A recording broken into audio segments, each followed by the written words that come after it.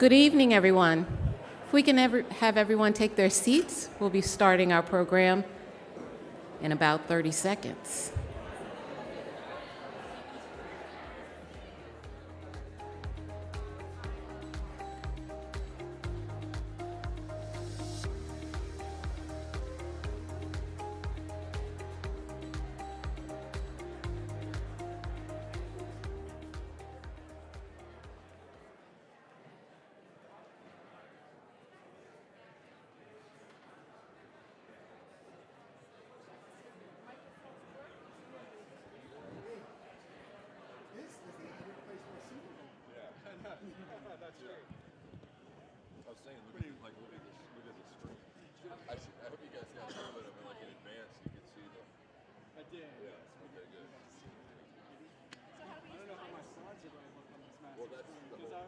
Working off a 14-inch laptop. Yeah, that's kind of my point. Like, I don't either. It makes you feel better. Well, you see through the.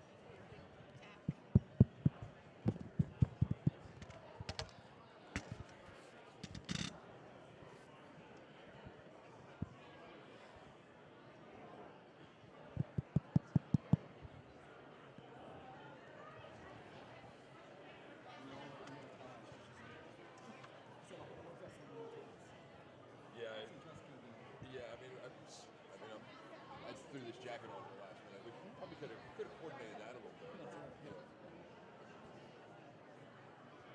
Yeah. I'm gonna wait for Greg. That'd be good.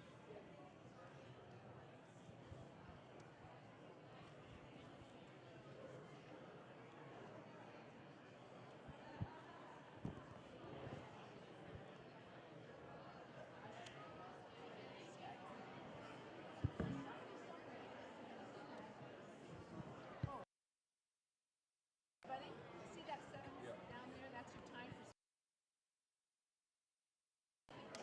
Just have 7 minutes. Yep.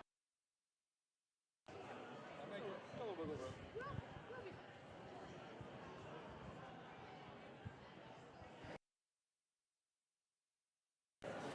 All right, we good to go?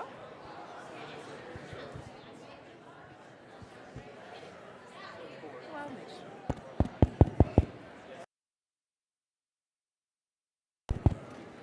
Good evening. Yeah. Ooh, how quiet it is. It's great to see everybody here. Delighted to welcome all of you here, both in the room, and we've got folks online. Thank you so much for joining us tonight for the kickoff of Arlington 2050. Everyone here is special. That's why you're here, actually. But there are a few people that a few quick recognitions. My colleagues on the county board. Folks, when I call you, why don't you just raise your hand if you would, real quick.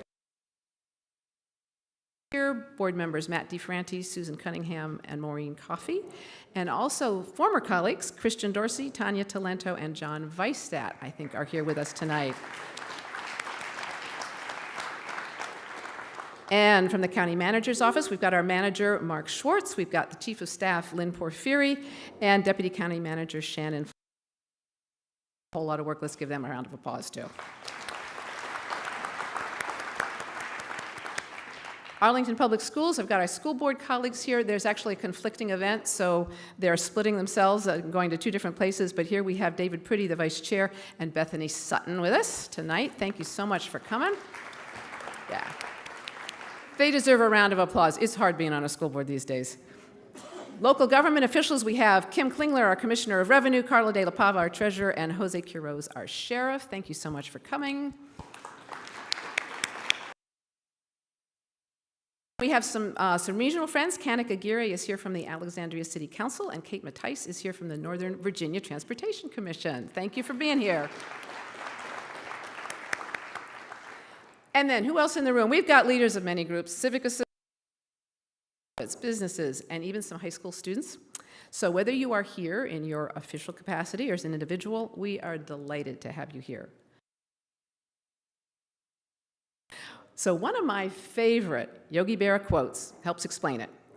So as Yogi Berra put it, if you don't know where you're going, you won't get there. So if we're to create a future that we want, we have to know what that future is. We have to know where we want to go.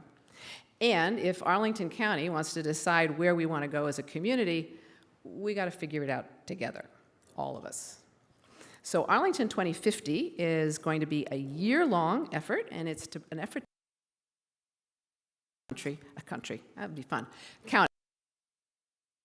If she wants to weigh in, they can, but the county. All across the county together to envision what Arlington should look like nearly 3 decades from now. Now, there are going to be lots of different views, but we are planning to collect them all, pull them together into 2 to 3 visions of what Arlington should be in 2050.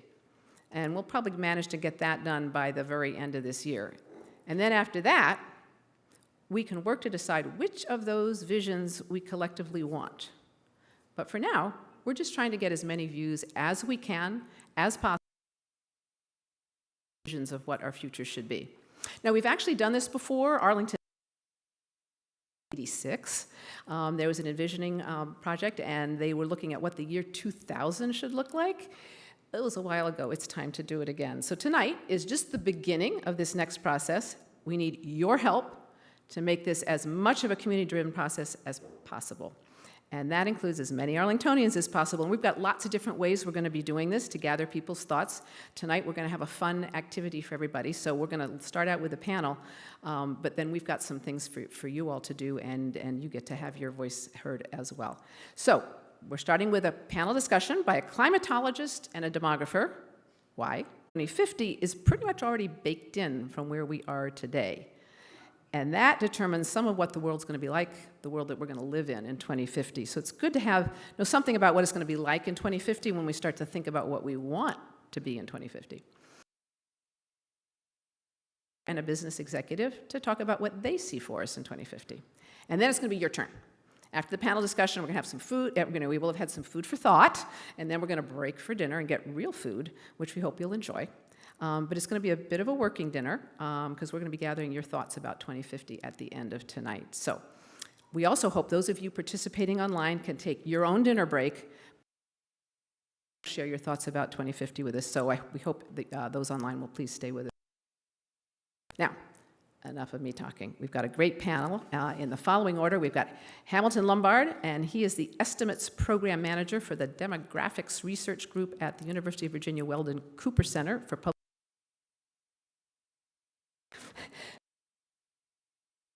Editor and Chief Meteorologist.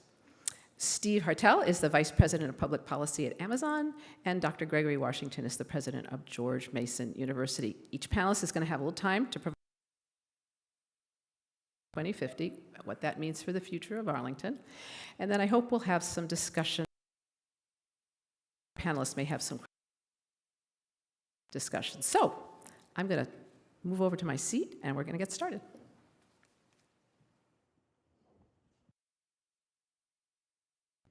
All right, is this on? Yes. Right away. What do you see for our region's demographics in 2050? Thank you, Libby. It's a real pleasure to be here. It's a bit of a drive coming up here, but I already feel like it was well worth it. My office, as Libby mentioned, is over at UVA. We produce a variety of different data products, but what we do every 2 years is try to project what the population of Arlington will be, Bristol, Virginia, all 133 localities in Virginia, going out to 2050 and beyond. And to do that, we look at what's going on right now, but we also try to look at where we've been to get a bit of an idea where we're going. And if you look at Arlington's demographic history, it's very strange compared to most counties in Virginia, and that, I think, has to do with its small size in a big metro area next to the nation's capital. It grew rapidly after World War II, very much like a suburb, like Fairfax did, but because it's so small, it ran out of space for single-family homes quite quickly.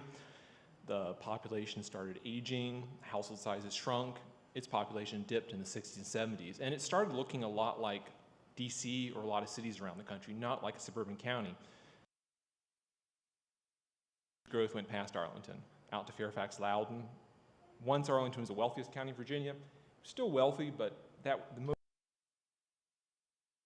but then you had the metro come in, and Arlington changed how a lot of its policies were, its land use, and then its population started growing again from the 80s, the 90s, up until more recently. One of the things that Arlington did that a lot of urban areas around the country did is they realized that they weren't necessarily going to be attracting as many families in the past, so they really focused in on that young urban professionals would want to live in. This was a demographic that really hadn't existed before. People started delaying marriage. You had this whole age group you could attract. In 2010, about half of Arlington's population was between age 20 and so very focused in this age group. Cities around the country have done this, and I remember when I started doing this work, a little longer ago than you might think, there was this very sort of self-confidence a lot of cities had after having had population decline, a lot of problems. But if you looked at Arlington, in DC, New York City, most cities around the country, by the mid-2010s, just when it seemed like they had recovery, they looked like they were starting to go back that way. The population in Arlington was starting to slow down, and a lot of other areas.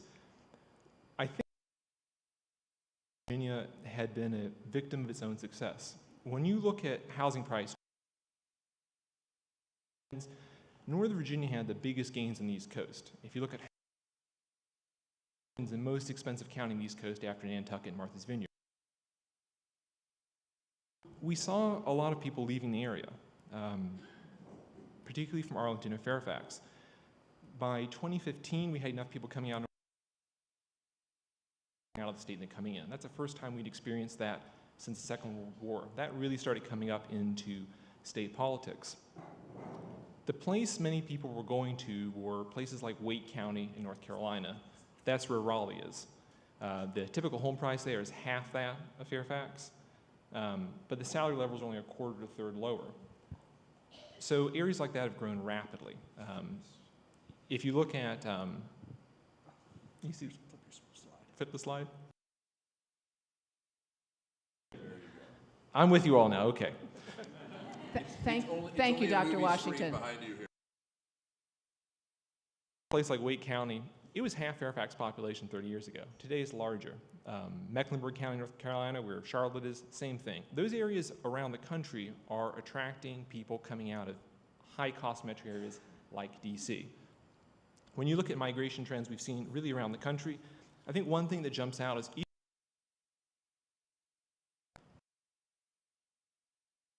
leaving big metro areas around the country. Some of it had to do with the economy really being strong in the late 2010s. I think people felt more confident moving out away from these big job centers, but the same trend that really helped young adults, the millennials in particular, were now they necessarily wanted a condo, maybe a place for their pet. They were having children, they wanted more space, and they weren't finding what they needed at the right price.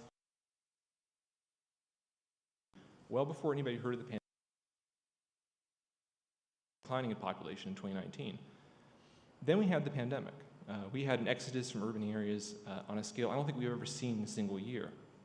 But if you had asked someone like me in 2020, how much longer would this trend of population decline in DC, the outmigration we saw, last, I would have said, we'll go back to 2019. Maybe we'll even see less just because so many people have already left.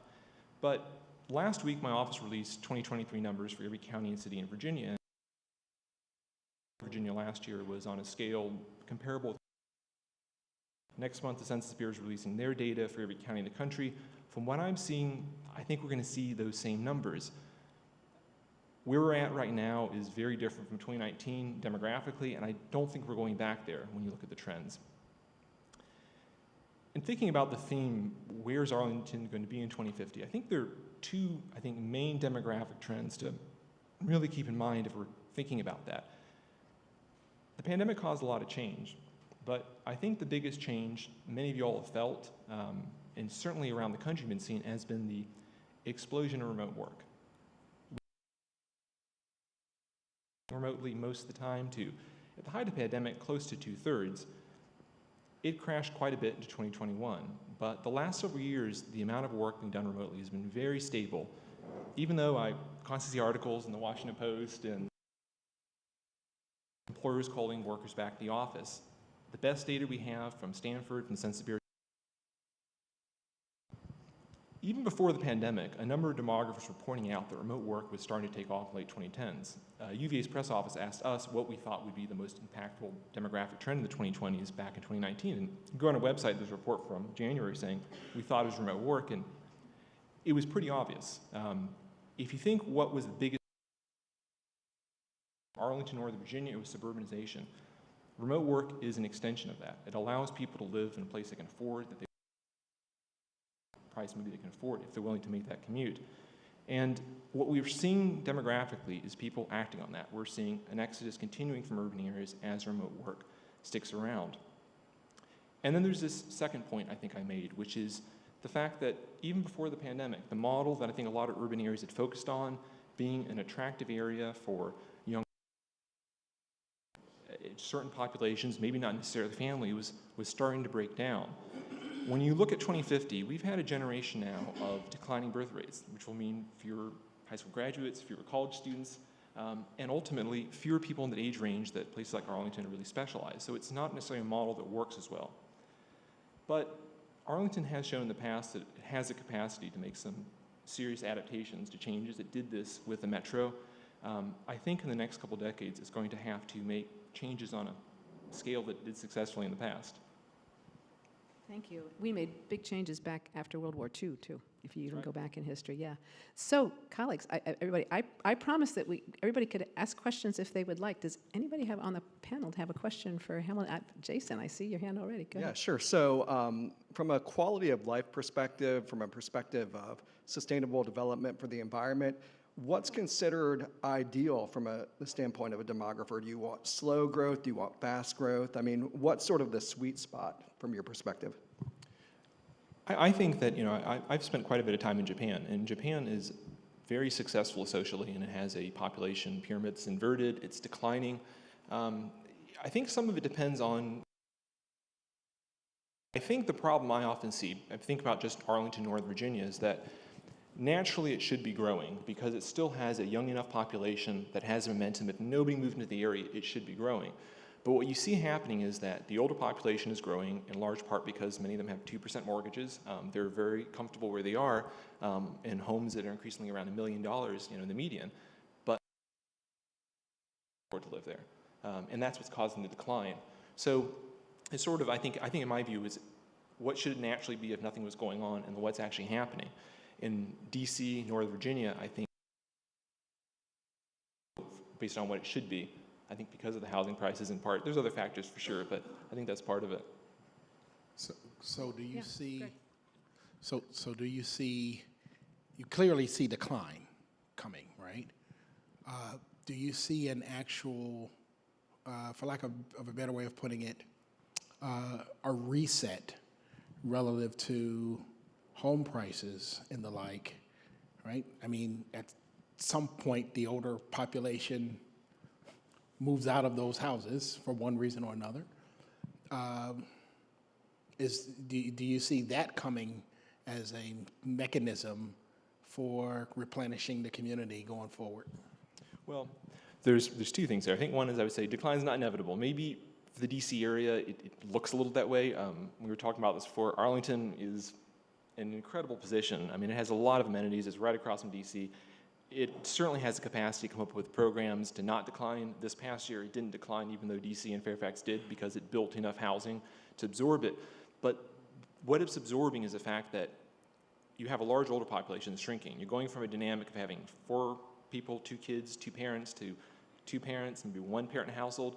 So the housing demand, even in a declining population, can keep going up in that system. You can have a lot of single people in their 60s, 70s living in $1 million homes. There's a bottom somewhere there, but it's a long, long way down. I grew up over on the West Virginia border, and most of these counties have lost half the population. They have more households today than they did when their population was 2 or 3 times its size, because they keep shrinking. I wouldn't look for that bottom. It's a long, long way down, but I really to change some of that and become more affordable, or at least a more attractive place for a wider range of people, a wider age range. Thank you. There are no other questions, so I'll just ask one real quick one. So I'm sort of taking away from this how we affect the demographics of the future, how many people we have. Really, housing is kind of the key. It's the biggest expense for people, for sure. I mean, housing is easily, and it seems like the most obvious one. There is a bigger underlying issue which goes outside of demography, which is we saw through the 20th century people wanted to have more space. Arlington doesn't have a lot of space, so it really does need to be an attractive place to live. I think Arlington's done a good job of that, but in the past, really for very specific age groups. We were talking about before the fact that Virginia's immigrant population doubled the last 2 decades, and Arlington has shrunk. It wasn't an attractive place or a place they could afford. We're seeing the family population going down. Births are down by 1/4 in Arlington over the last 7 years. Virginia, they're down by 5%. There's a lot of families leaving the area. So housing affordability is definitely a factor. DC is a wealthy area. You still have to focus on affordability, but about half DC workforce can be remote at this point. They can afford to be other places and choose other places. So where Arlington's competing with today is very, very different. There's a lot of rural counties in Virginia that are very happy to compete with Arlington. And I think 5 years ago, people would have laughed at that idea. But they're not, and they're very serious about it now. Great. Thank you. Okay, Steve, you got one question, then we'll move on to Jason. Just real quick, I'm curious if there is an example, if you looked at another city, I think about speaking to Libby about this, that you look at Arlington and its proximity to DC, and maybe you could look at Brooklyn and its proximity to Manhattan. I mean, are there other examples of this where you see, like, it becomes kind of predictable what you see in the... Well, I think that on one hand, the way you could look at it is you're strapped to this ship, and that's you're losing population. But I think that you can very much look at the other way around. DC is a huge center of power, huge center of wealth. A lot of people. Arlington is an attractive alternative. It can create a quality of life for its residents. It can grow even if the region's not growing. It can't control what happens in Fairfax necessarily. I think that really changed during COVID. The view was that Arlington should think about DC, they should talk to Fairfax. But if people are moving to North Carolina, maybe Arlington should be thinking about, do we want to have people, do we care about the quality of life in Richmond? Would we prefer having people leave here for Richmond rather than go out of state altogether? At least they can still come up and be in the workforce once or twice a week rather than leave altogether. The pandemic has changed, I think, a lot of things that people are still trying to kind of get their heads around. I haven't got my head around it, but I do recognize it is very, very different from, I think, anything we were looking at a couple years ago. Fascinating. Thank you. What's the climate going to be like? All right. Well, thanks so much for having me, Libby. It's a pleasure to be here tonight. And so let's get started. And I'm going to try to pack in about a half-hour talk into 7 or 8 minutes. So we'll see how that goes. When you think about climate change, you often think about some distant time or some far-off place. But as the slides I'm about to show you will reveal, it's happening now. It's happening here. And so let's get started with what's happening now. So just to back out and look at the big picture real quick, of course, carbon dioxide has risen 50%, 270 in the late 120 parts per million. So we've seen a steep increase in carbon dioxide, which is a heat-trapping greenhouse gas. And global temperatures are rising. 10 warmest year on record, all in the last 10 years. I am 47 years old. Every year of my life, the temperature averaged across the globe. Of course, 2023 made big news, above any other previous year, dating back to the. Of course, it's not only warming across the U.S. 2023 was the 5th warmest year on record in the United States, and we've seen 26 straight years of above normal temperatures here in the lower 48 states as well as in Alaska. And you can see on the map I show you right here, the rates of warming in the Northeast, the West, the North Central U.S., and Alaska are the fastest warming regions of the United States. So let's drill down and talk about urban areas and the urban heat island effect. So in addition to the effects of which is heating the planet up. We have something else happening in urban areas, which is because of all the asphalt and concrete. Sun's energy is retained, so you see hotter temperatures in cities than you do compared to surrounding rural areas. Sometimes temperatures can be 10 or more degrees hotter in urban areas than they can be in surrounding. And if we look at how the DC area has developed, and we look at the impervious surface area, which is just another fancy way of saying concrete asphalt. 1984, all the and development was. If we step forward to 2010, you're going to see a big change. You can see a lot of that increase in the blue. So we'll just go back and forth again so you can see that twice or one more time. And so you can see in Arlington County, there's a lot more blue. Showed you 2019 graphic, but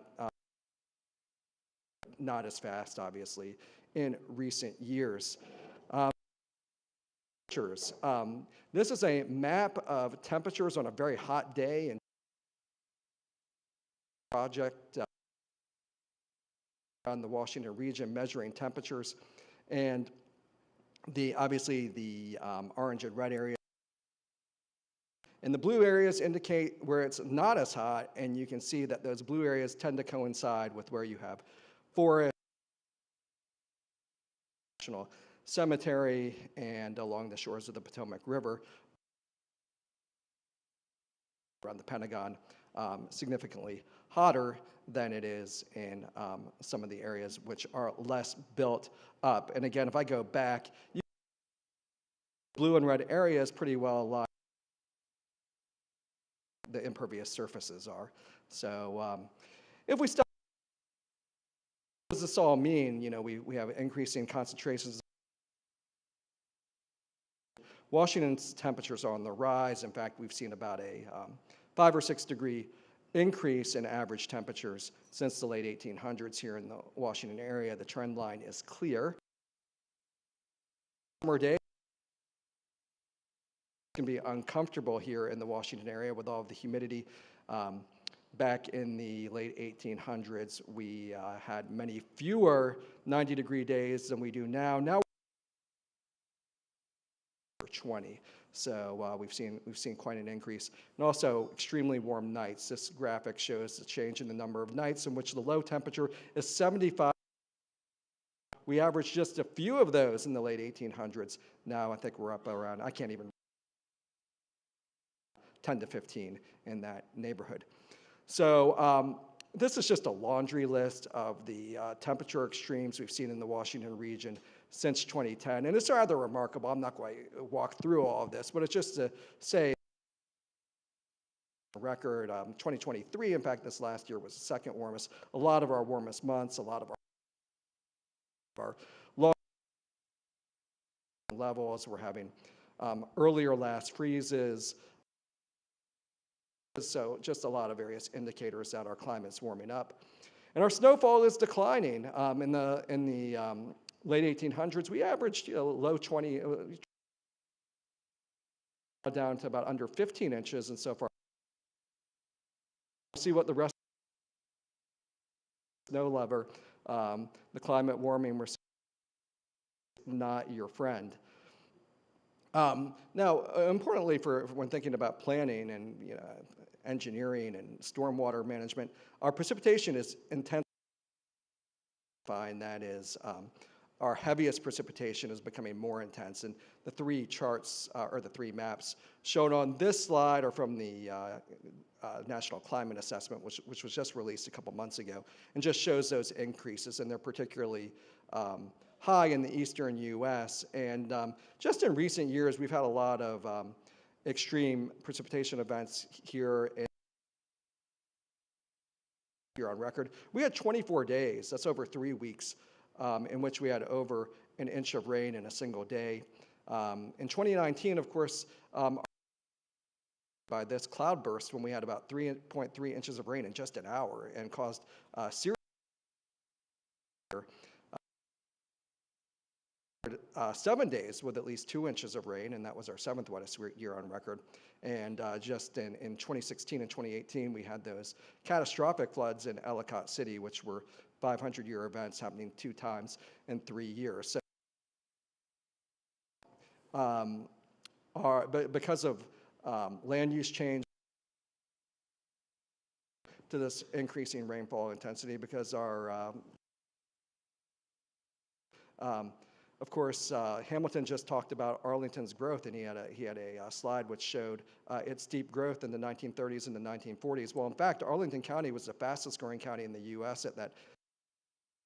And so a lot of farmland got paved over, and the streams, 2/3 of the streams were buried underground in underground pipes.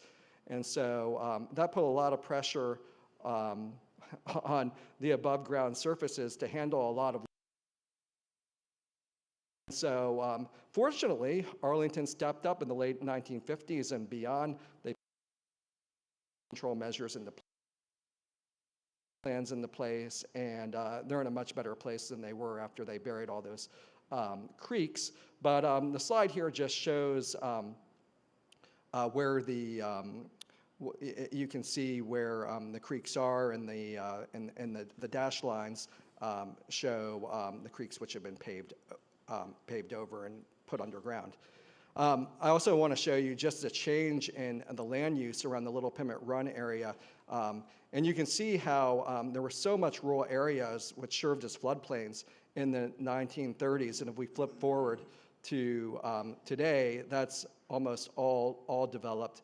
And again, the red lines on this map show where underground pipes have replaced streams, and the only streams which are still there are the blue lines. So quite a change from the 1930s. So again, we're more vulnerable to these heavy precipitation events because of the change in land use. Of course, if you live along the Potomac River, you've got to deal with coastal.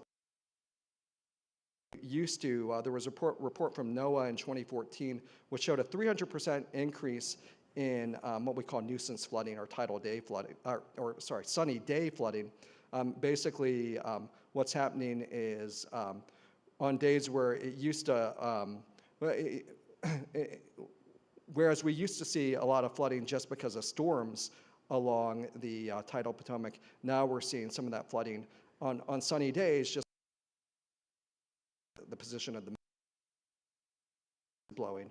And the graphic on the right shows the increase in high tide flooding across a number of areas in the Mid-Atlantic, as well as, both along the tidal Potomac, the coast. So let's flying ahead. Let's talk about the future. Are we going to be fly fishing on the Capitol Mall more? Well, we very well may be. Our hot days are projected to increase.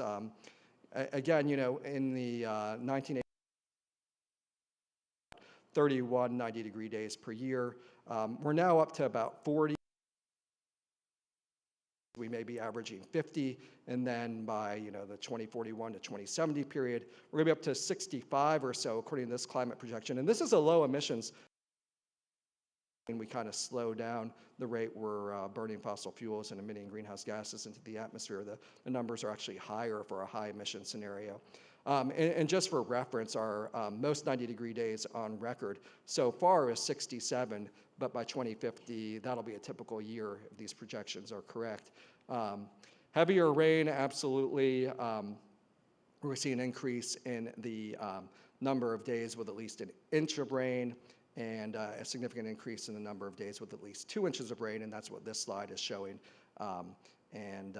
This is, again, for a low emission scenario. The number is higher for a high emission scenario.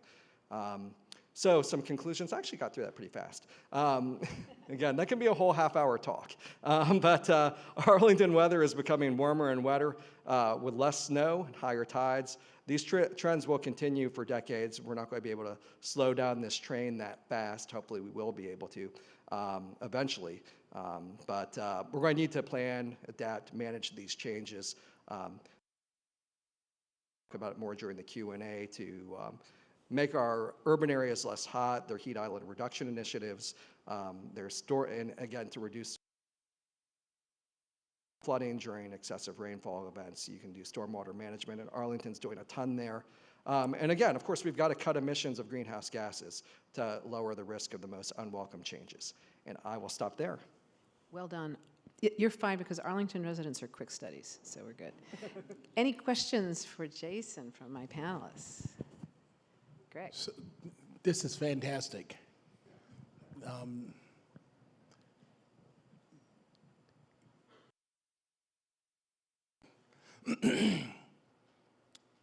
Is great. If you look at the projections, it looks like it's happening even faster than what I saw on many of your warmer, faster, wetter, faster. So happens if, you know, instead of going to that next tranche of 60 days that are over 90, we go to 73 in the next decade. How do you, Yeah, I mean, what happens? Yeah, I mean, that's the sort of sobering aspect of this, which is, you know, I showed the less aggressive scenarios here, and that might be optimistic, but it just means more suffering, especially for vulnerable populations, for people who are poor, the homeless on hot summer nights, they can't cool off. That increases heat-related illness, heat-related mortality. It means that our precipitation events get more intense faster. So, you know, the types of events that we saw, like in 2019, where we saw that just incredible rainstorm, those increase more quickly. So just means we have to manage and adapt more quickly. If we can't cut our emissions, it just means there are more costs to trying to manage. And it's kind of following up.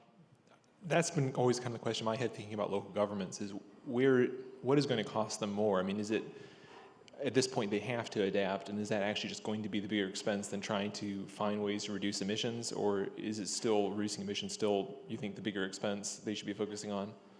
I mean, it's yes, you have to do both. I mean, you know, I'm not an economist, so I can't speak to, you know, how expensive it is to reduce emissions. I mean, obviously, you know, there's a lot of action at the state and local level to try to do that, and at the national level too. The Biden administration, you know, signed back onto the Paris Agreement.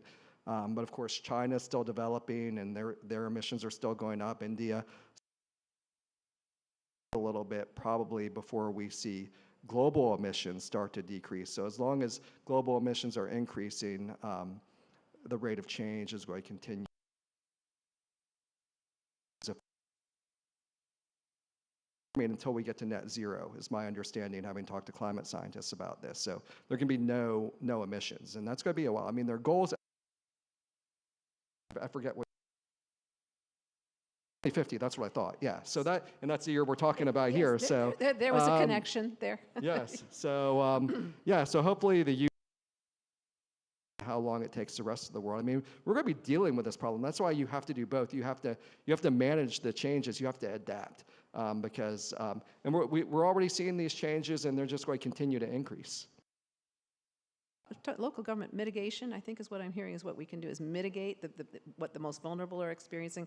Any suggestions for local government, zoning changes, some particular things that you see governments kind of continuing to do that they really ought to rethink?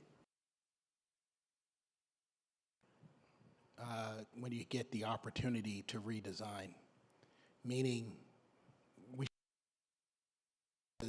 some of the low-lying areas, some of the areas where you saw the diagram where you know, if God intended water, just because we build on it, it doesn't mean the water will not run, right? As opportunities present themselves, we change the usages of some areas to be more public uses and convert them from single-family houses that may correlate to what you were highlighting. I think we have to start thinking real mitigation from the perspective of how an engineer sees mitigation. And that means redesigning how we work, redesigning how we play to deal with the fact that you're gonna have these events that are gonna come and they're just gonna be disruptive for a while. Like, how do you push the water out quickly? So you need traffic needs to change dramatically when these kinds of events are coming, and we need mechanisms to push the water away when the water comes, and you need to design systems. And the great thing about this event is that most communities aren't thinking about this right now. Thank you. And we are But- doing some of it, but you get resistance because people like what they have. And we are doing some of that. Cisterns, trying to move playgrounds to where it's going to flood, so the playground is fine afterwards. Go ahead, Jason. Yeah, I was just That's going to right. make 2 points. Number one, because I promised you I would give a shout out to it. Arlington County has a couple of great websites in which they show the changes they've made to stormwater management and flood control over the years, and they're interactive. They've got really nice visuals. So check those out because it's really pretty impressive, some of the work that Arlington's done and how they've documented online, how they've dealt with development and addressed their stormwater issues. So Google those. I wish I had the URLs in front of me, but I don't. But they're worth checking out. The other thing I want to mention is that for extreme heat, one thing that heat island reduction strategies. And EPA actually has a great website for that, epa.gov/heat islands. And so there are strategies. Communities, you can use cool roofs, green roofs. That helps make them more reflective, helps them, it also increases paving technology. So there are ways of basically making your city more heat, and that can cool it down. Are very helpful creating green spaces because, again, that reduces the heat through shade. Thank you.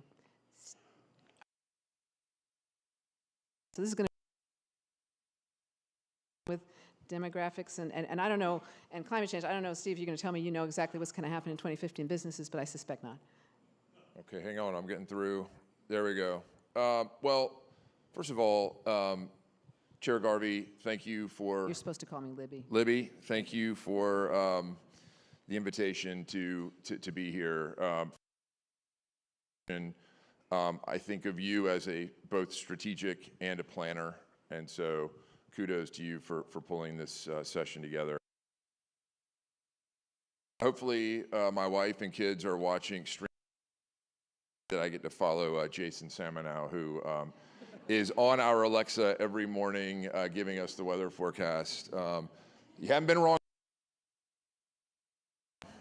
but thank you for pulling the panel together.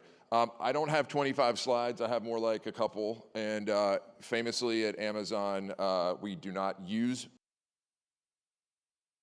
It's an especially difficult exercise for us to do. So I'm going to just try. I'm going to suffer through it. You guys are going to suffer through it with me. Both kind of sobering and very interesting panels. I'm here to county, and this is literally a map that shows and the corridor here. An area where obviously HQ2 is highlighted in yellow, but the team that I'm on here at Amazon was part of the site selection, and the different options that came in. I've been with the company 10 years. I live 3 miles down the road, and for the process and the selection criteria to overwhelmingly choose Arlington, Virginia was a really gratifying life decision. It redeemed a lot of why I'm here in the first place. But I think for the purposes of talking about why do businesses locate in Arlington, Amazon being here, of had we been in a visioning session 25 years ago, I think, and I'm going to talk about that in a minute, that I think this would really be a validator that the things that Arlington offers a company like Amazon, and again, we are nothing more than a group of people that live in the communities that you all come from, that work here. So to say the business community, you know, we want at Amazon what everybody in the room wants, and specifically, you know, a kind of a diverse, secure community, civic engagement, and, you know, access to, you know, some of the greatest minds in the United States. I mean, these were things that we factored in when we decided and chose to be here. And again, if you to look back 25 years, and I know we're looking ahead, but to look back, you know, the company whose, you know, community engagement, this meeting center was designed for this purpose, and I'm glad to have, you know, to be here to see it have a large community meeting here. If we were to look back 25 years ago, you know, there were things that the company was thinking about, or it has developed. It's really a big part of, you know, our future in cloud computing in Prime that didn't exist in 2000. So these are things that, as I look, when we asked about the exercise looking ahead, and I'm certain that we're gonna talk about machine learning, and we're gonna talk about artificial intelligence, and there's gonna be a bunch of things that are gonna define what this community looks like in 2050 that we don't even know of. You know, we don't even know. It's not even an idea on the idea board. So as we go ahead, these are the, you know, again, we just use pictures at Amazon, you know, focus on the narrative. This is Met Park. This is the building. That you're in. It's part of a $2.5 billion investment in the area. This is 2 million square feet of office space and a commitment to create 25,000 jobs here. We're well on our way. We're about 8,000 plus into that 25,000 number. And as you guys notice coming in, there's no big sign that says that you're here. We are part, you know, we really stress that we're part of the and, you know, as such, we've got 14 retail locations that are on the ground floor. You know, we have people that come into the building for coffee, or we hand out bananas if you haven't been here during the day, free bananas. At home, I just bring them from work. But we do get a lot of folks that come and you know, and are part of, you know, this community, and part of the Amazon community. If we went back and if we were having this debate 25 years ago, we'd be talking about what does Arlington look like? Relocation committee pulled a story from the Arlington Post. Arlington was the hardest hit community through that BRAC round. You lost the Patent and Trademark Office to nearby Alexandria. And the BRAC committee with Arlington County thinking about what to do said we need to redevelop Crystal City. This is 20 years ago.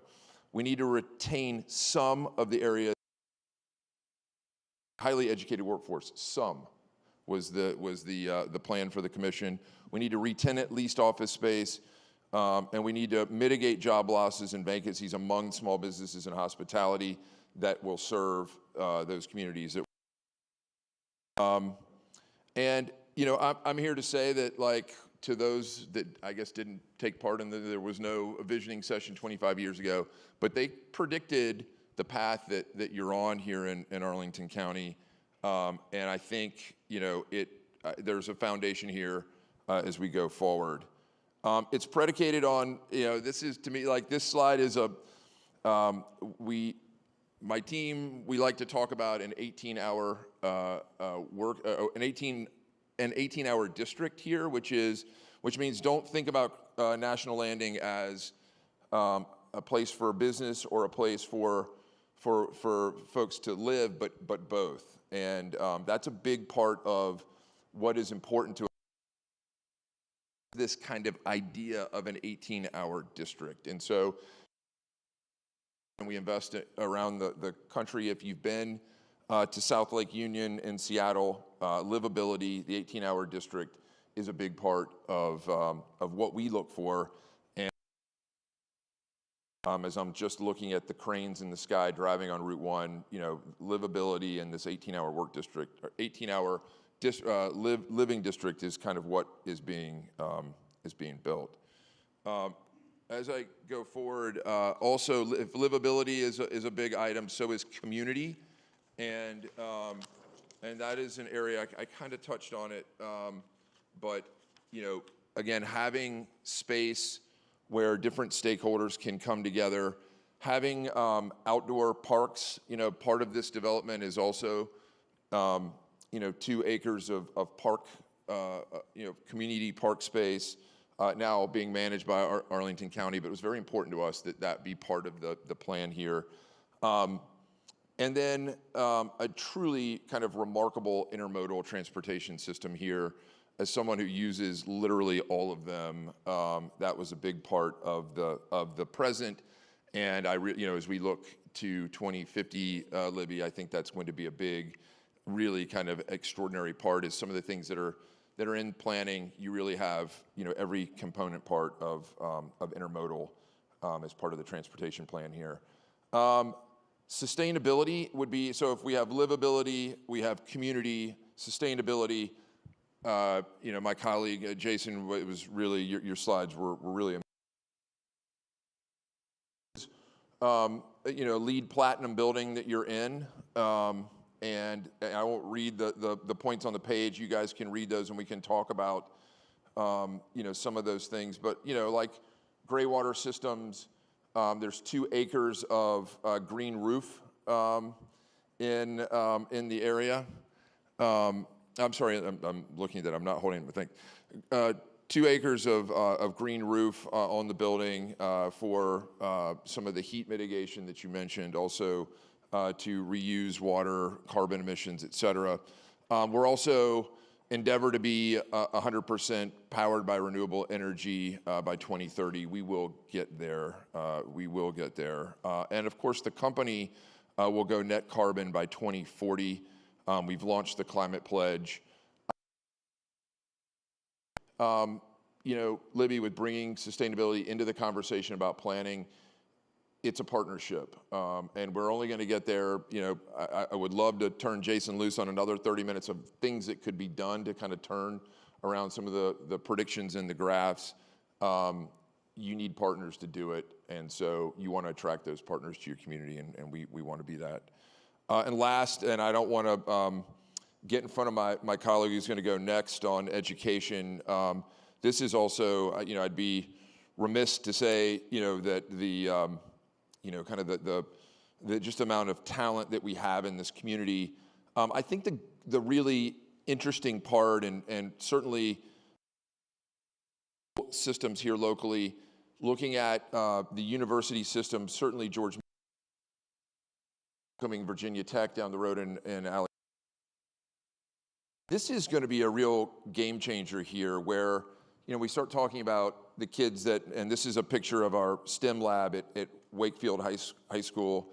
Those kids that are going to go to George Mason and go to Virginia Tech, there's going to be a tech community here.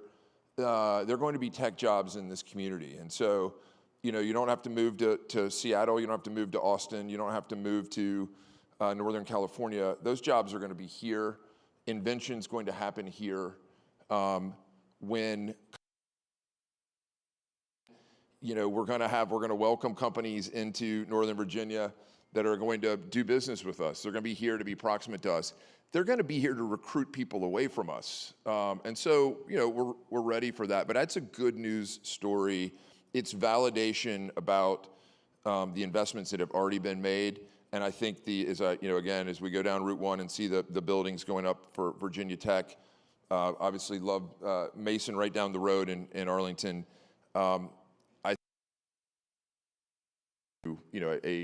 A strong future and a foundation on which we're going to build, a vibrant business community here that will tap into that talent. And again, I can't tell you that I can't tell you exactly what it is. Is it going to be satellite broadband? Is it going to be wearables for healthcare? Be something that we haven't even conceived yet. Probably all of those things, but very excited about the future. Cool. Thank you, Steve. Questions for Steve? One just yeah, go it ahead. came to mind is I remember back in and just thinking about how long ago that was and how much things have changed. Have the way you think about HQ2 changed much since the pandemic and its role in the region? You know, I think that I was looking pretty intently at your slide about return to return to office, and I do think that you know I'm assuming Libby will have a robust discussion about that. That is one of those topics. It's kind of core to like what does the is like this to work. I would say two things. One is collaboration. And it's not necessarily the public policy team. It is the those that get in a room with whiteboards. And if you get on the elevators here at Amazon, there are whiteboards on the elevators so that you can you don't lose sight of an idea. Don't drop that idea. Whiteboard it on the elevator. But that means you're together. It means like there's collaboration that's happening. The other part of it is to be very. And I think that if you think you live. Work. I mean, I think that collaboration and diversity taken together, like really is kind of a forcing function, and you don't want to lose those things. Jumping back up, I think we've all enjoyed a little bit of like, if you're working from home, it doesn't mean that you're playing golf or you're on your kid's field trip, right? It means that you're actually working, and so we've changed the way we work a little bit. That has been a big, like just resetting the many days or people back in the office, being on a Zoom bridge, but we're returning for the reasons I mentioned. Any other questions? I was wondering, Steve, so did Hamilton's demographic data, did that worry you? I think that the data point he gave about the percentage of the immigrant, because this area is going through change, and I continuing to be on a growth trajectory. So to hear that is a little. It clashes a little bit with I think what I believe to be happening. I think that there's a big. It's going to change. I think how businesses think. I've been through some visioning sessions internally at Amazon about that I think that there is a strong bias towards kind of the TikTok generation. Who do you reach with an influencer? And that's not, if I'm just thinking about the demographics of that older generation, but I think this is going to be a really attractive place for young people to want to live, and for all the reasons that we've kind of talked about. But I think that what's changing here is that government isn't the only, isn't the higher of first resort. Really changing. And I tell people all the time, building, like this is not like, and when I have we get student groups through here and I'm like, have you ever been in a headquarters building of a company before? And the answer is almost always no, and so that I think is really exciting. The demographics don't really, about the future. Think, and I think it would change the way we develop products and the way that we think about. I think that's more to what I saw in that data. Great, thank you. Dr. Washington, you want to help us sum up, bring us home? I think it's on. What I can tell you is somebody is going to have to solve these problems that we have created for our young people to solve. And that's the reality of the situation, right? We're going to have to put young people in place to deal with a big part of the legacy that we've left them, some of which is great stuff, great opportunities, great companies like Amazon, but there are these real challenges So I'm going to talk a little bit about the challenges, and I'm going to talk about how education must adapt to meet those challenges. Just in a bit of a commercial. You know, I always cringe when I see the Amazon picture and I see Virginia Tech over there in the corner. I will tell you, has actually been here for quite some time. Hopefully I was careful on that point. And you don't need think I to went too move the far. clicker right up here. There we Yeah, go. your hometown university has been here for some time. George Mason is the largest institution, the largest four-year institution in the state of Virginia. We were the first to eclipse 40,000 students and graduated the largest class in the history of the state of Virginia this past year. And not to be outdone by that, we brought in the largest class of students in our history as well. So we know there's great things in the future. We brought in the largest and most diverse class of students that this state has ever known. And that's what your hometown institution's doing. So it's a big thing.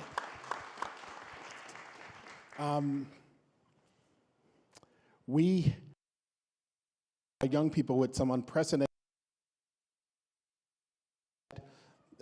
some of them have been highlighted here today, and so I don't have to talk about them in detail, but I will say that they come in two categories.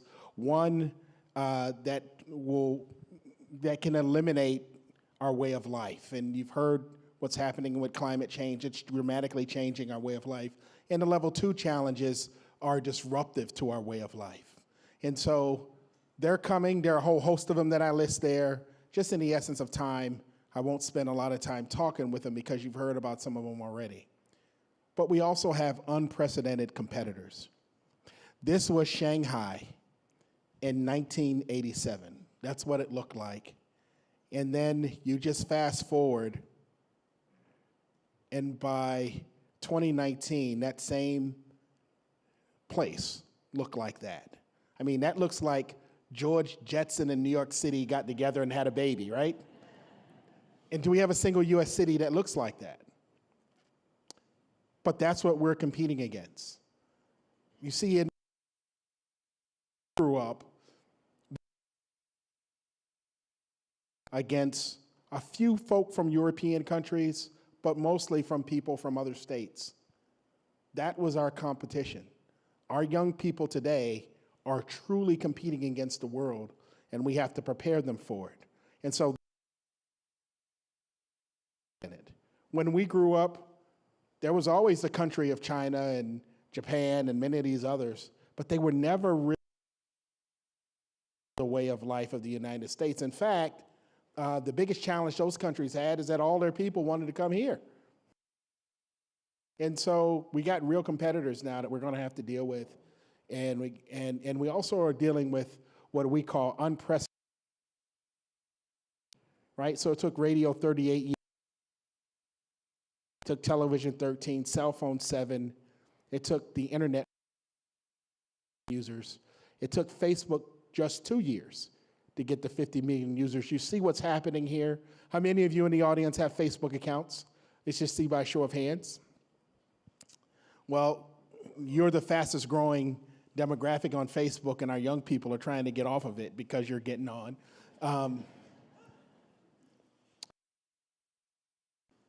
Pokemon Go, which is a game that young people played 2 weeks to get to 50 million users. It took Fortnite, a teenage male, I can guarantee you, they have been or are currently playing Fortnite, right? And ChatGPT has outdone all of these. That's how fast change is happening. It is exponential rate, and we have to keep up with that change. And why is that important for us? Because more than half of the in-demand jobs in 2022 did not exist in 2008. Now, for whole new job classifications that will exist when they graduate. and it's real. We're also dealing with demographic challenges. The great thing is I don't have to talk about that because it's already been talked about. And there are a host of other challenges that are facing higher ed. From things like companies where they say, hey, you don't need to go to college anymore, says Google. And Google hires a few thousand individuals to learn programming and come to Google. But what they don't tell you is that on the back end in that same year, they hired 30,000 engineers that actually did require a degree. I forgot to mention that the largest computer science program in the state of Virginia is actually at George Mason University, and it's going to be headquartered right here in Arlington, by the way. Just food for thought. I keep going.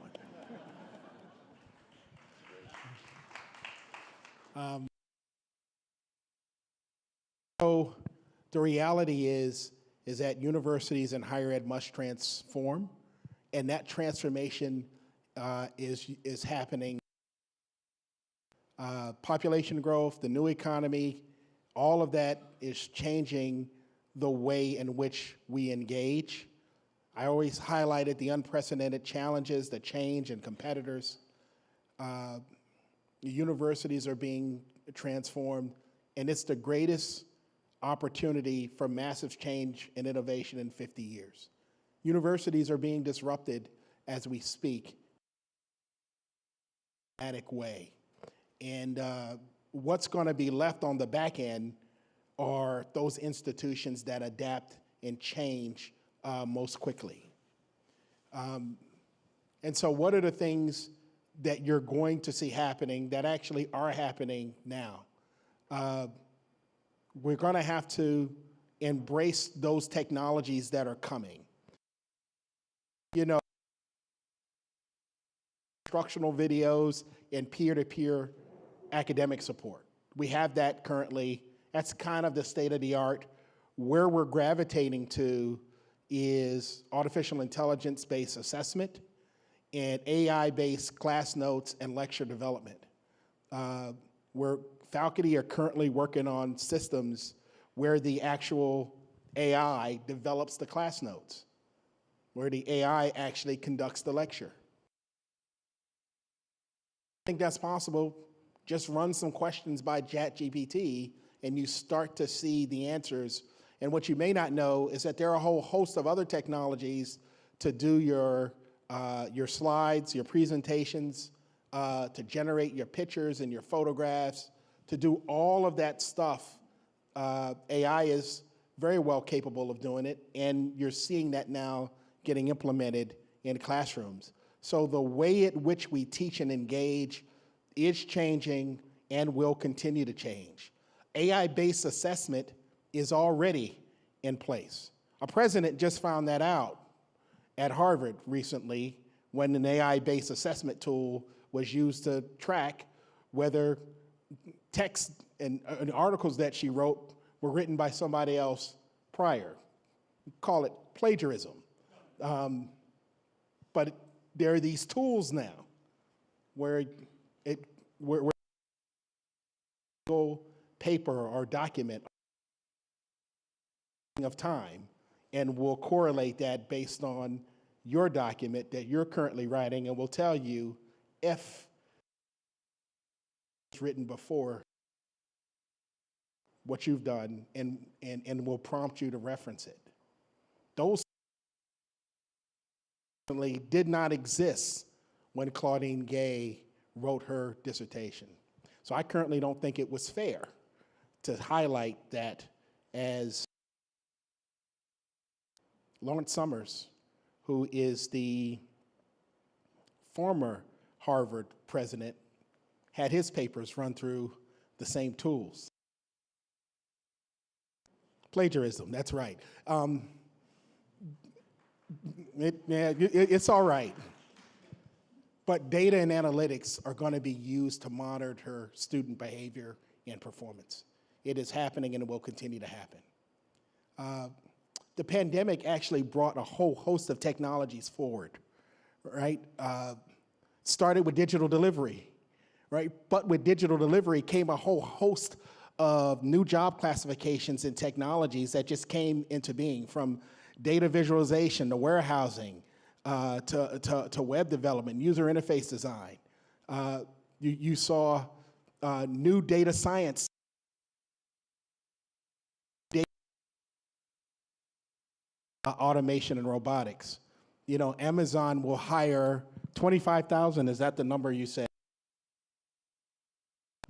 Tell them how many robots that Amazon actually employs. I happen to know that number. Oh, you do? I do. Let's hear it. 200,000 was the last number I heard. That's probably right. So think about that. Automation and robotics is real.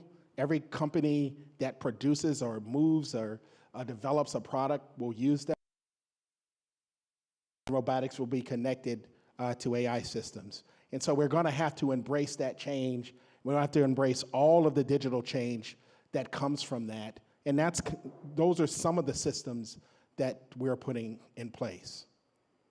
As it relates to how we interact, how our students will interact with companies, we need a moonshot internship initiative. And what do I mean when I say moonshot? We have to increase the number of internships by a factor of years. Those of you who represent companies here, if you have 5 or 10 interns, that number needs to be multiplied by 10. Your interns should be on the order of your long-term hiring needs. I got Amazon right here. They're going to hire 25,000. What I am telling you is that Amazon needs about 20 right here in order to have that workforce commercially productive and ready when they need that workforce on the back end.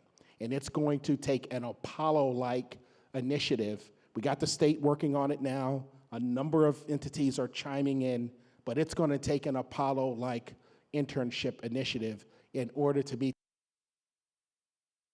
in higher ed, is that we can't teach students everything they need to know in the time period that we have to teach them for, during the time they graduate. Why? Because of the highlighted to you earlier. Before many of these young people graduate, freshman and sophomore year are totally obsolete, and that is for our engineering students, and you're hearing that from an engineer, okay? We need a completion coalition. What is that? That's a national completion for learners with some college and no degree. There are 36 million Americans that have some college and no degree. And so we're talking about populations that are aging. We are providing opportunities for those populations to get, and that's going to be the reality going forward. It's no longer going to be just 18 to 24-year-olds. Don Beyer, who tends to always show up at events like this, is currently a student at Georgia. I was talking to him a couple of weeks ago, and he stopped me, tapped me on the shoulder. He said, "I need a tutor." And guess what he's taken? Artificial intelligence of all things. Why? Because he recognizes and realizes that issue. If you're going to be able to be intelligent and itinerant about that issue, in Congress that actually have knowledge of it. And so he decided to go back to school, and he decided to go back to his hometown institution, and we're thankful for it.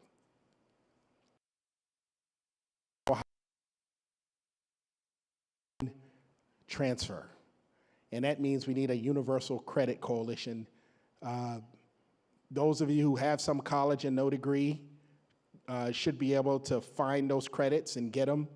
But if you have to start at a community college for reasons, it should be a very simple process institution and not lose credit. The best institution for doing that in the whole country right now is George Mason University. We have the largest transfer pathway program. It's called Advance. It's a partnership between Northern Virginia Community College and George Mason. it is the national model for transfer. We took in 8,000 new students, a little over 8,000 new students this past year, a little over 8,000. 4,000 of them came into the traditional ranks, and 4,000 of them came through our transfer pathway program. That's the highest in the state by far. You got some institutions that don't even have 4,000 students and transfers. And then finally, we have put in place what we call the Mason, Virginia Promise. And what that is a pathway towards an advanced degree or your own business. That we just said not just a degree, but also a pathway towards your own business. Because believe it or not, there are 27 small business development centers all throughout the state of Virginia. Mason manages and leads every single one of them. And so if you want to start a business in this state, you come through George Mason University. And a couple of months ago, I was way out in Lee County, 6 hours. You can believe you could be driving for 6 hours and still be in this state. But I was driving for 6 hours. I was way out in Lee County. And the interesting thing, I was closer to 7 other state capitals than I was to Richmond. That's how far it was. But we have an SBDC facility way out there as well, small business development centers.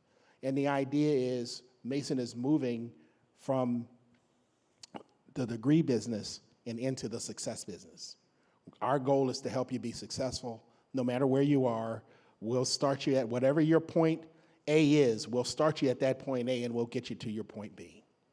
Okay?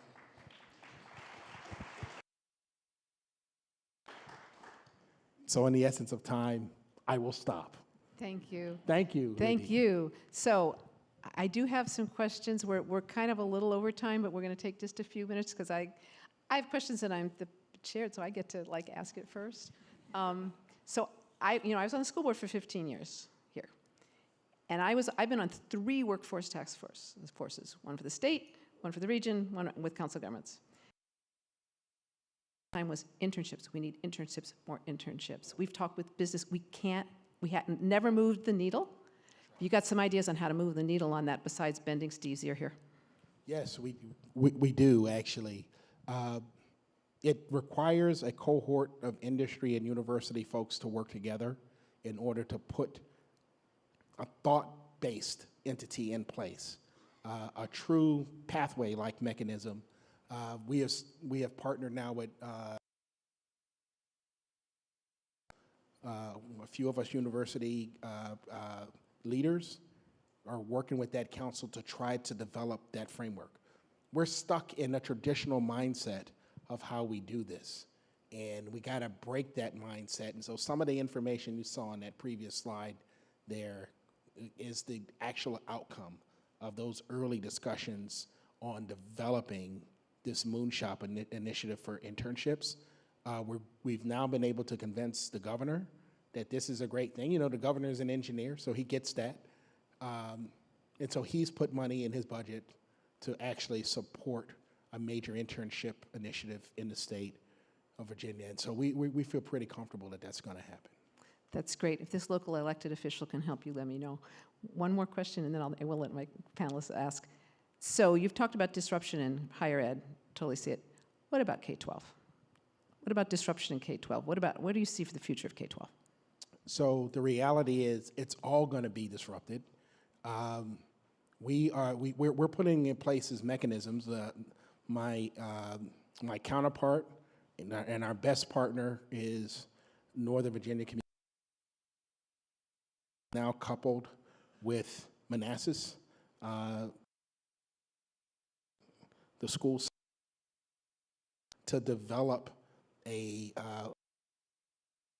where we start, as early as a sophomore year in high school, we have young people start taking credits towards their higher ed degree. And the idea in doing that is a large number of them are ready, right? If we've already figured out a way to make community college to 4-year institution transferable without any loss of credits, We think we can do it at the high school level and really start talking about the concept of baccalaureate high schools, right? Where you literally, you leave out of high school and you got a marketable credential when you leave high school, and then within a year or two after that, you have your 4-year degree. We think that will cut down costs and change the way in which young people engage high school. So that's one of the programs that we're working on. No, that's great, and absolutely, actually, Arlington's been doing that with Northern Virginia Community College for decades now, but that's absolutely a way to go. Okay, I will be quiet now and see if my fellow panelists have got some questions for Greg. Steve? Well, I would just, first of all, noted on the internship slide, and we'll have a sidebar conversation about that. It's I think a really, really kind of integral point. I am curious, and I just wanted to correct the record when I said Mason up the road in Arlington. I'm thinking about all the lawyers that I guess we hire from Mason. You get a lot of them. From the law school there. But you started out by talking about graduating your biggest class, entering, accepting your biggest class, and to me, it's one of the things about higher ed is that there are many other institutions where that graduating class is the same size as it was 10 years ago. Can you talk to a little bit about how one of the core things that you guys are doing with that growth and reaching more people. So, and congratulations on that. Can you tell how'd you get there? So we have a growth strategy that will extend to about 45,000, and we think for our size and infrastructure, that's probably where we'll tap out. That means we'll have growth of about 1.5% to 2% growth over the next 3 to 4 years. That'll get us there. 3 to 5 years, that'll get us there. We believe we can grow where others can't because of the opportunity space of programs that we offer, right? We're comprehensive. We're like the Noah's Ark of universities, right? We got about 2 of everything. So you can find your place at Mason. We also admit a high percentage of students, and we graduate a high percentage on the back end, and we put them in high-paying job opportunities. We have second in terms of each year, in terms of starting salaries for students, we're 1 and 2. UVA and Mason are 1 and 2 in that regard. 73% of our graduates reside in Virginia after graduation, more than 80% in the DMV area. And so the graduates tend to stay here, which is the only instance. And I have departments bigger than Longwood, and just for scale. So we're graduating large number of people, and we're putting them in the state. That is our ROI, and because we have an ROI that high, we think we can press the state to give us the resources to continue that growth, and that's what. Last thing we do is that we're moving to what is called direct entry. And so we'll have the largest direct entry program in the state soon. And what does that mean for those of you out there? Right now, actually have to apply to college, if they're accepted or not. We started a program with Arlington, by the way, with a number of schools in Arlington and in Fairfax, where get a letter from us. We work with their schools and their guidance counselors and the like. We say, here are the things that we want them to have gotten. If they have that, then they get a conditional acceptance letter. We sent out our first 3 about 2 months ago. People who were not even thinking about George Mason got an acceptance letter and said that you were accepted. We had a very high percentage of those young people return that within 30 minutes to say they were coming. It was more than we expected, which is a problem. But a lot of them are saying yes, and we think that we're on to a new national model for how young people will engage universities going forward. So, Very cool. All right. Jason Hamilton, I will let you guys arm wrestle for a question if you want. I think we only have time for one more because I have a few words to say, and that's the only thing standing between them and dinner. So do either of you have a question? Thank you. Oh, my.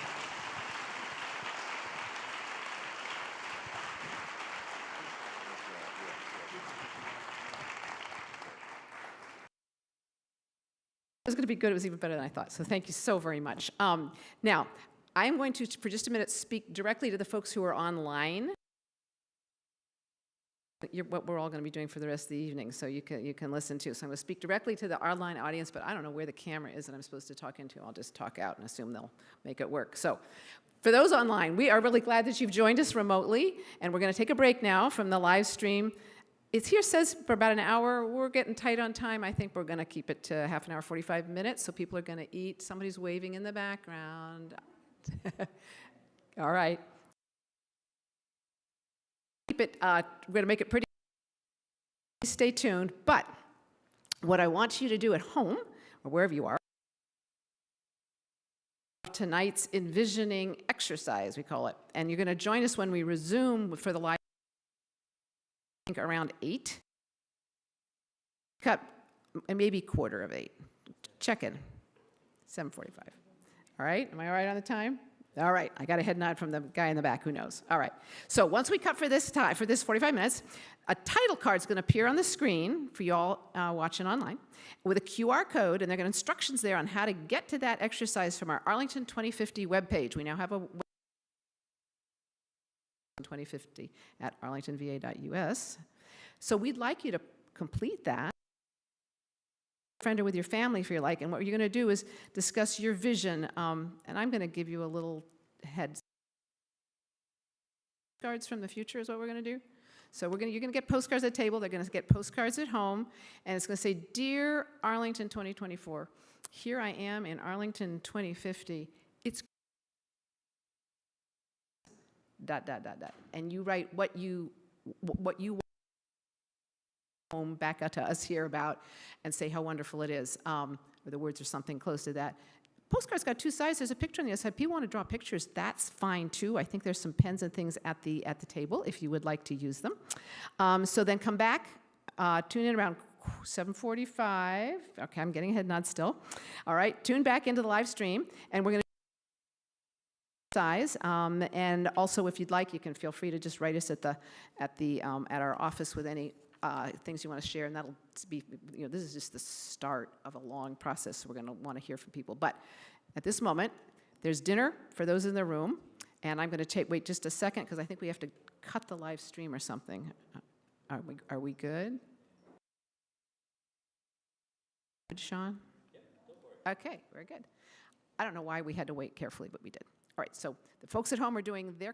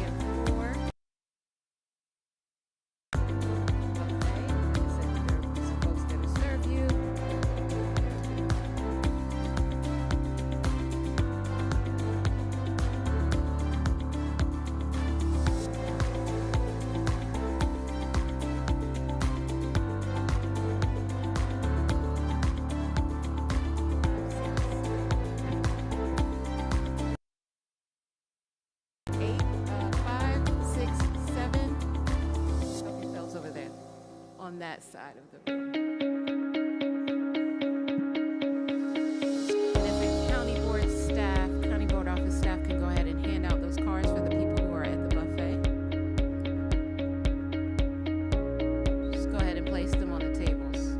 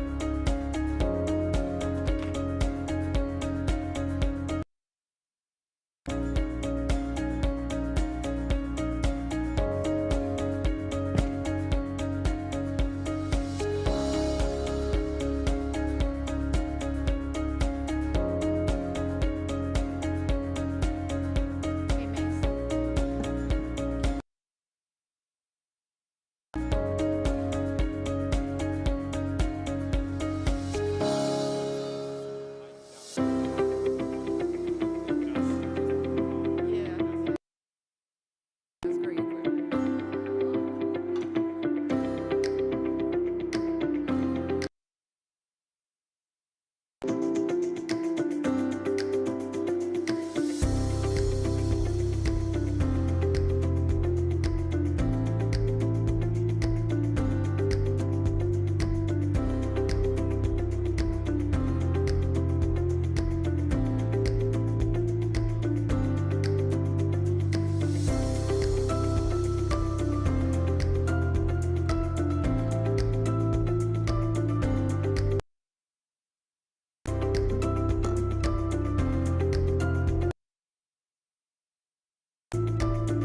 Okay. Folks at tables.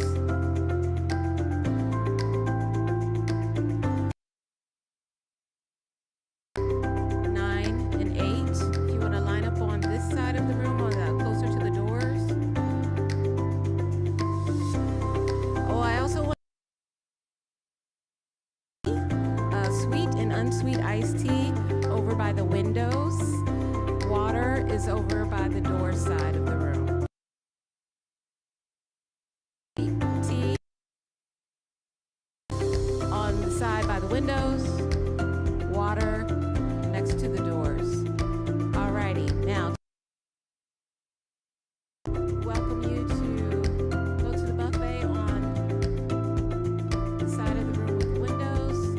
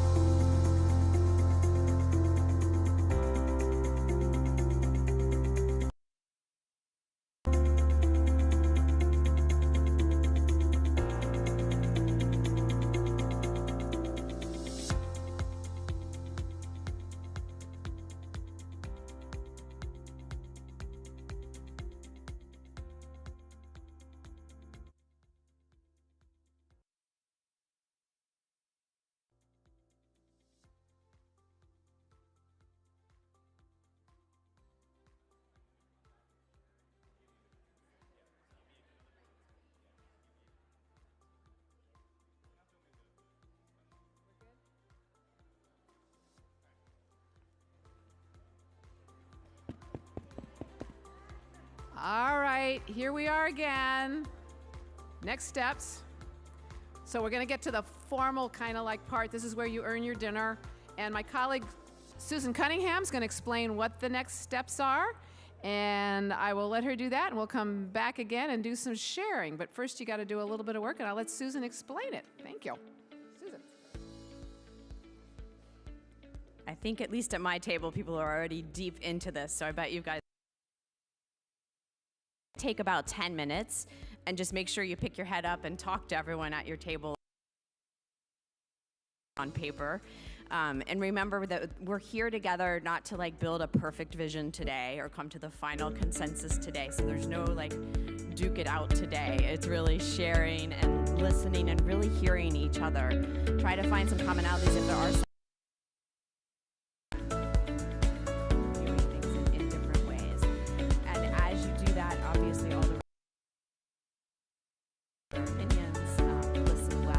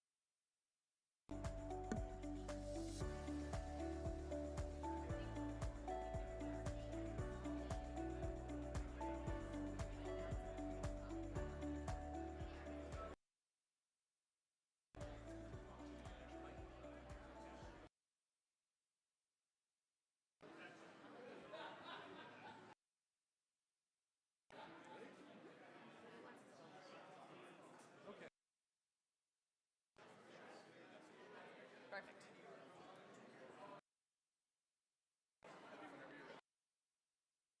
Oh, you want me to just go? Mm-hmm. Do you want to stand?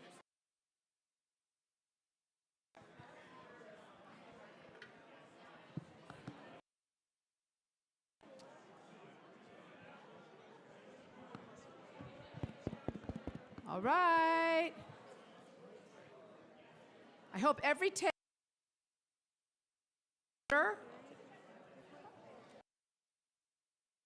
order in the room. Thank you. Thank you. Thank you for finishing the conversations. I'm so glad. So, now we're to the sharing part. And I hope every table should have a reporter who's going to report out. Quick pick one. And I really appreciate all the discussions, and I think we're just going to get started. I want to hear from some tables. So, to start us off, which table with one emerging theme that came up from your table? One emerging theme. Raise your hand, and somebody will bring you a microphone. All right. We'll start here, and then we'll go to Jane. How's that? Go ahead. All right. So we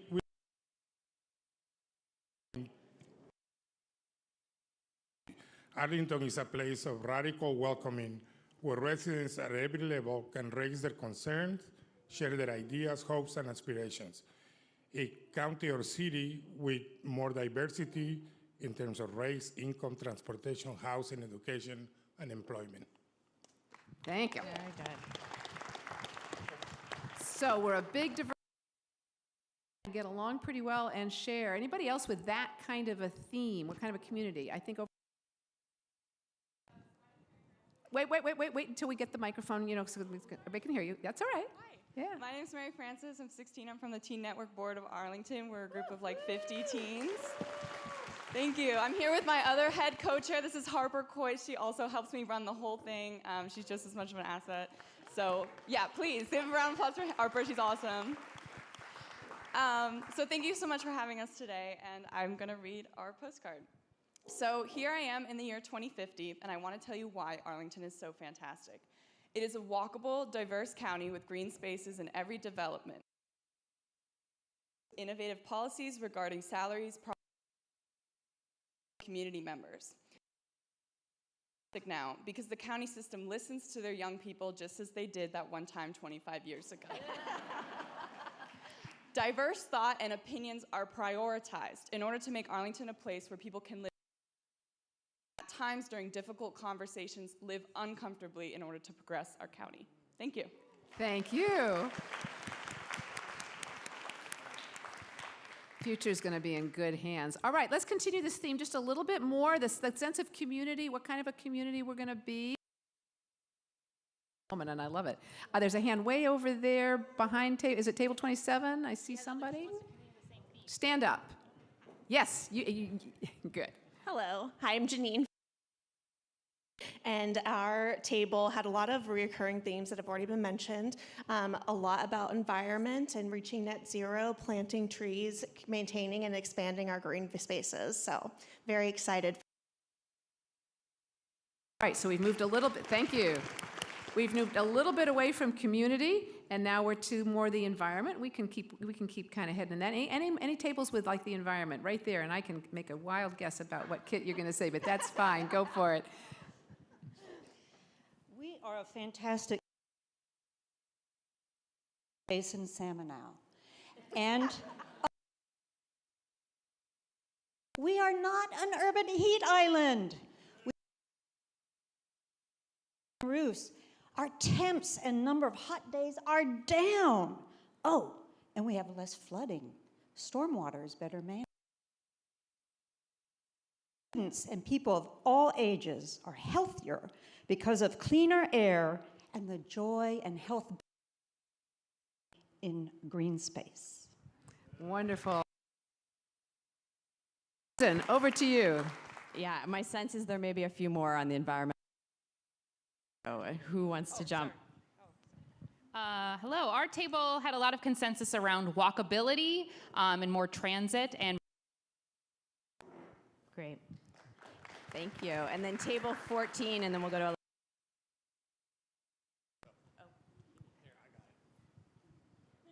sorry. I switched. Thanks, Susan. Since I'm at your table. All right. Our sense of community is retained, resilient, and improved. Welcome to the year 2050. There are trees all over. There's a ton of dogs. And we are thriving in our diversity in our population. Our homes are right-sized with our heightened adaptability with respect to innovation, new businesses, educational opportunities, and technological solutions. Great. Excellent. Table 11. I like the more dogs. Are we going to hear it for the cats? I don't know. Susan, go ahead. Number 11. No cats, but we're going to go right back to the environment. All secondary students ride art buses to school, and all students ride in on electric school buses. Yeah. We are an innovative and demographically diverse community where people are our greatest strength. We are an innovative hub of the East Coast where our student to be ready on day one.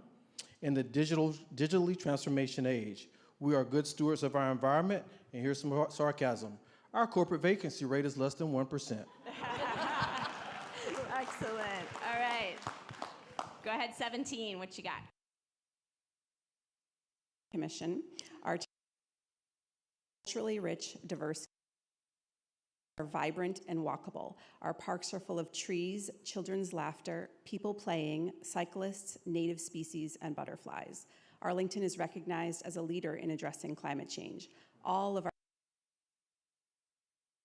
it's college, military, or a job, and eventually have the option to have their own family in Arlington. So I'm sensing a pivot towards education and youth, but if you have another item, you can hit it.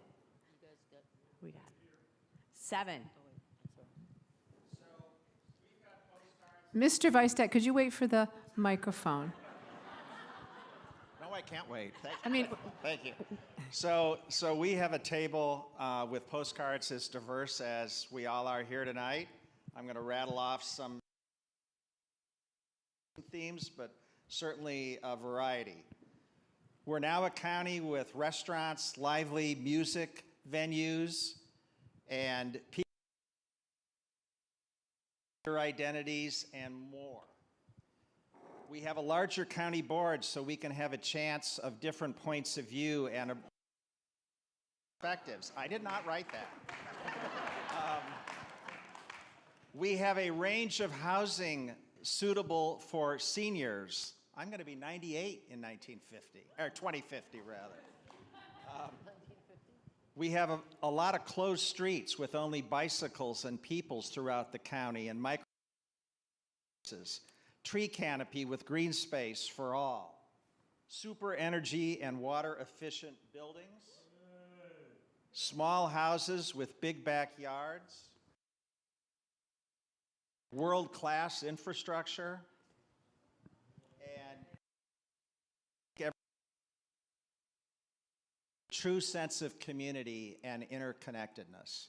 Thank you. thank you. So we got a new theme here, which we have promised some folks we're going to talk about, which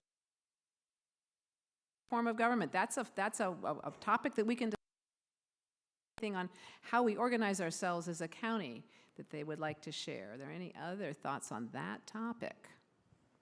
It's not the last opportunity. There'll be more. Table 18 had something they wanted to share, though. I saw some motion. We go. Has nothing to do with. There you go. One thing is different compared to everything else. We all talked about green space, top-notch flooding systems and so forth to mediate that. But the one topic that was common, walkable and a grocery store near your home. Yes. Thank you. All right. What other themes have we got going? Anything else? This is, I'm a little worried how much everybody agrees. Scott. Yes. Thank you, Scott Pedowitz on behalf of Table 16. We kind of did this backwards. We talked and then we wrote our cards. thematically, and we did that classic Arlington, let's go into these wonky silos and talk in great detail. But we always came back to how what ideas we had needed to integrate, not to be in a silo of transport or housing or environment, and also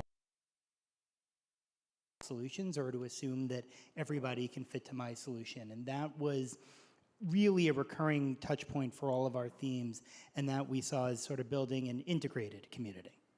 Thank you. Great. Okay, Dave, I see 25. something over there. Go ahead. Yeah, Susan. Hi, Jillian Burgess on behalf of Table 25. I think our major theme was diversity. We all saw a much more culturally and ethnically diverse Arlington. We saw more of a need to safer, more sustainable neighborhoods and quieter and happier neighborhoods. We saw a diversity of housing for seniors to age in place and redevelop to allow both the seniors to stay and new families to join us. And we saw more businesses moving in, more diversity of business opportunities. The theme, we saw a lot of environmental and sustainability improvements, making things healthier, more fun, and I think I covered everything. Oh, and community, that's where I was going. And community gardens, and more green space, and especially more community gardens to give people the opportunity to grow their own food and enjoy the fresh air that we have here in Arlington. All right. Thank you. All right, I think we're doing great. And so what table should we? Hi, everybody. I'm Kathleen McSweeney on behalf of Table 20, and I'm going to take something from everybody's card. We are a place with increased regional cooperation where everyone has something to say and we find solutions together. We have a list, and disparities in healthcare no longer determine your educational or health outcomes. Housing is available at multiple price points, and neighborhoods are integrated by race, ethnicity, and income. We have created land and green space by rethinking our transportation. And by the way, our transportation, there are hardly any cars on the street because transit, bike, and pedestrian infrastructure are so easier to use than your. But we've created some green space by creating large green spaces Wilson and Clarendon Boulevard, planting mature trees, and we've undergrounded 66 and parts of 395, like the big dig that occurred in Boston in the 1980s and 1990s, and we've unified Arlington, especially Pentagon City and, well, National Landing, Pentagon City and Crystal City. The increase in green space Arlington become a net zero carbon emissions community, and everyone feels welcomed. People can actually live here after they graduate, and the social fabric is strong. Good. All right, youth themes. I can't see the number back there, but Brian. Good evening. My name is Nadeem for Table of diversity and more green space, transportation. But the one thing we just ended before we had to cut off was, what size should Arlington be, right? It's 26 miles to population. And so we just obviously come up with a solution for that. But how controlled by the policies that are put in place, and that's really going to affect a lot of what we want. And for the most part, a lot of us like Arlington now, and we want to keep it going. So. All right.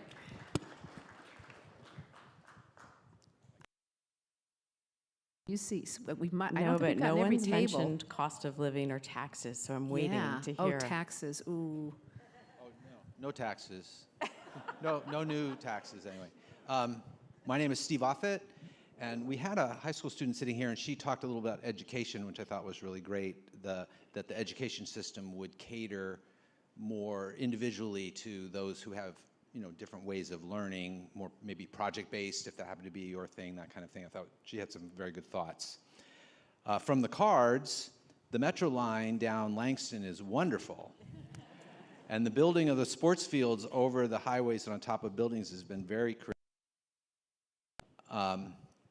And nowadays, a lot of people can work from anywhere. Culture and art want to live here regardless of where they work. Thank you. That's great.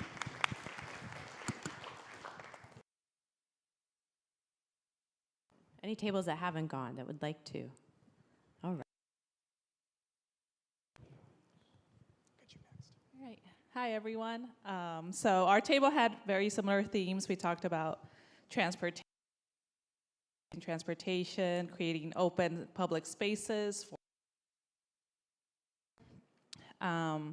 But one thing that we also wanted to mention was eliminating disparity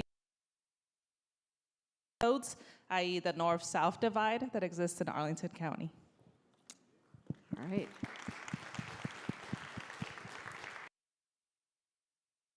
Two tables back here. 28 first. Thank you. I'm Henry McFarland. We had a variety of views. I won't say they were necessarily consensus, but I think they had a lot of common themes.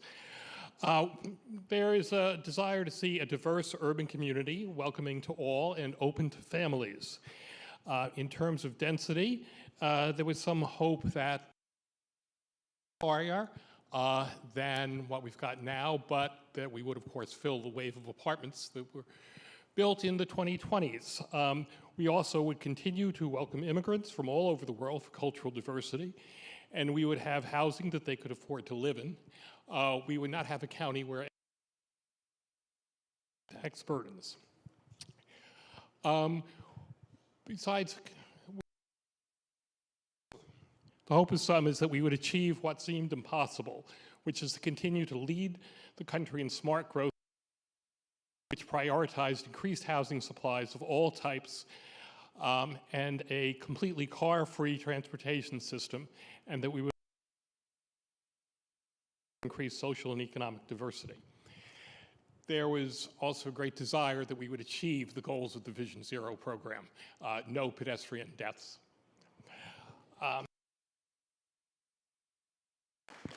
In fact, one